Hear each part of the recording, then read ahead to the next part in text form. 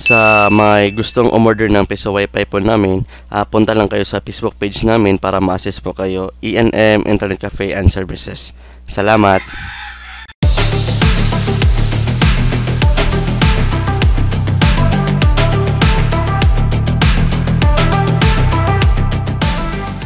Magandang araw mga kapiso. Ayan po, ENM TV nagbabalik. Ayan, so meron tayong installation ngayon sa Dumaguete City. Ayan, so ito po yung isang boarding house. Kaya nilagyan niya ng Piso Wi-Fi window machine. Napakagandang negosyo po ito. Ito po yung source niya. Globe Fiber yan mga kapiso. Ayan, so ang gagamitin natin dito mga kapiso ay multiple antenna mga kapiso. Wala na po yung switch hub, kundi yung indoor type na mismo yung gagawin nating switch hub mga kapiso. Ayan, napakaganda.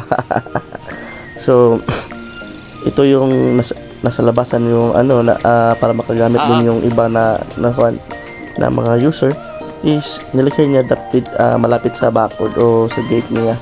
Ayan, so ito po yung gagawin nating switch hub, yung indoor type, at saka yung outdoor type is ilalagay natin doon sa itaas na mga kwarto. Ayan, so inayos ng aking assistant yung mga wire papunta sa itaas. Ayan, so napakaganda po ito mga kapiso. Ayan, ito po yung outdoor antenna na gagamitin natin mga kapiso. TP-Link 110. Ayan, so napakaayos yan, napakakapit sa cellphone ang signal. Ayan, so ito po yung TP-Link din na WR na indoor type. Ito na din yung gagawin natin na switch hub para sa multiple antenna. So napakaganda mga kapiso, ayos. So para mas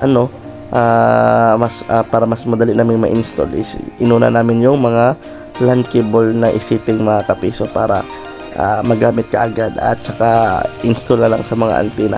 Ayun, tapos na mga kapiso. So ito doon po yung nasa itaas ng window, nasa ibabaw ng yun yun po yung indoor type antenna mga kapiso. So napakaganda. At ayan, ito po yung indoor type niya at saka mga wire andun, at yung isang antenna niya mga kapiso.